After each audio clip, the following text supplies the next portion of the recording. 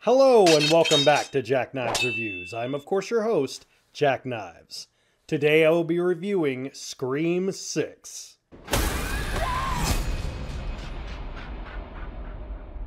Set a year after the events of Part 5, Sam Carpenter, her sister Tara, Mindy, and Chad, the survivors of Part 5, now live in New York City. Sam now having conspiracies against her, making her out to be the killer. She is also fighting the inner urge of finding out that she is related to the first killer, Billy Loomis. While this is going on, a new Ghostface has emerged, far more brutal and yet connected in some way to the previous killers, leaving clues left from previous movies. The 4 remaining survivors need the help of a previous survivor who is now an FBI detective in order to solve who is this new Ghostface and why are they after them, all within the dingy streets of New York. When I first saw Scream 5, the one that preceded this, I didn't really much care for it.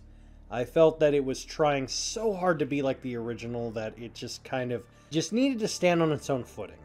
It needed to learn from the past of Part 4, which is one of my favorites, where it simultaneously paid tribute, but tried doing its own thing, but kind of got cold feet in doing so. Part 5 tried doing its own thing, tried establishing new characters and all of that, and it does a fairly good job.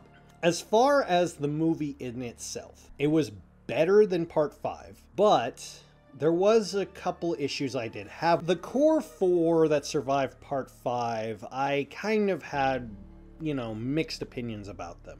Sam, the main girl, I don't know, maybe it's the actress, there's something with her face. Like, she simultaneously always looks irritated and always confused at the same time. It gets kind of under your skin after a while, but, you eventually get used to it. Tara, her little sister, is more interesting.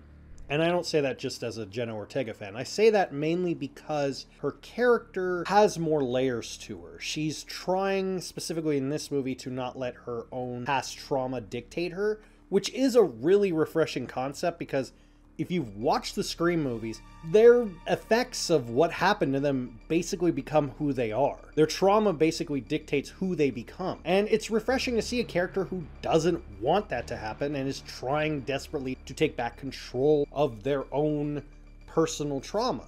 And it's refreshing to see that in a character like that. And then it goes to Randy's niece and nephew, Chad and Mindy. Chad started off as a bro, ironically, Chad character from Part 5 and actually developed more into a protective brother character. Almost like a pseudo Dewey, kind of trying to be Dewey, but not as irritating as Dewey could be.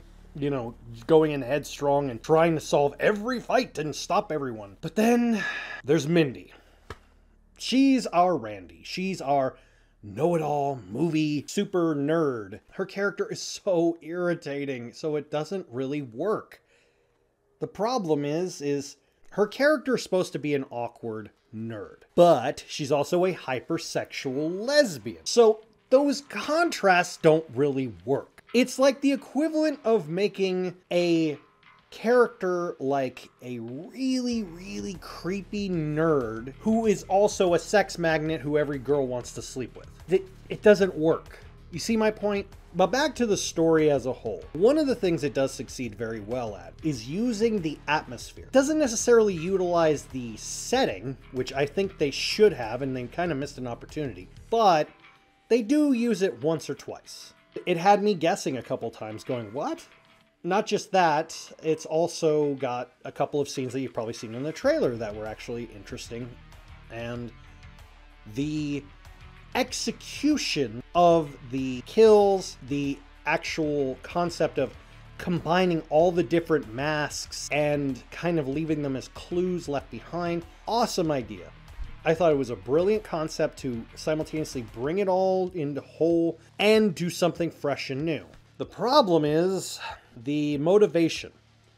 The motivation for the whole situation is really, really, really dumb. Which I don't necessarily blame the movie, because the motivation for part 5 was the dumbest reasoning ever. So when you start at 0, you really don't know where to go. And so it goes from a 0 motivation to maybe a 2.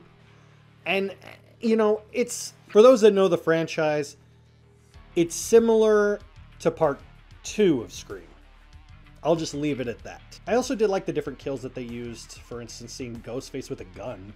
Sacrilege to some, but not really. The one thing I will tell you, if you want to really see yourself as a Scream fan, and this is from Wes Craven, he did say that there is one major rule to a Scream film. You notice it, you'll pay attention to. All the Scream movies have paid attention to this one rule. If you don't see the character die on screen, they're not dead. That's all I'll say with that. But overall, it was a good experience. It was a fun movie. I didn't see it in 3D because I felt, you know, horror movies in 3Ds are kind of hit and miss. And it didn't seem like I necessarily needed to see it in 3D, and it never really utilized it, so why even take the chance? But as a whole, would I recommend it? Yes. I'd recommend it much more than I did part 5. And none of them are as bad as part 3. That is the black sheep of this franchise.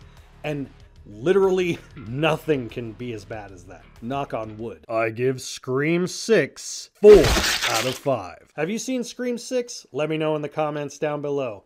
As always, I'll see you next time.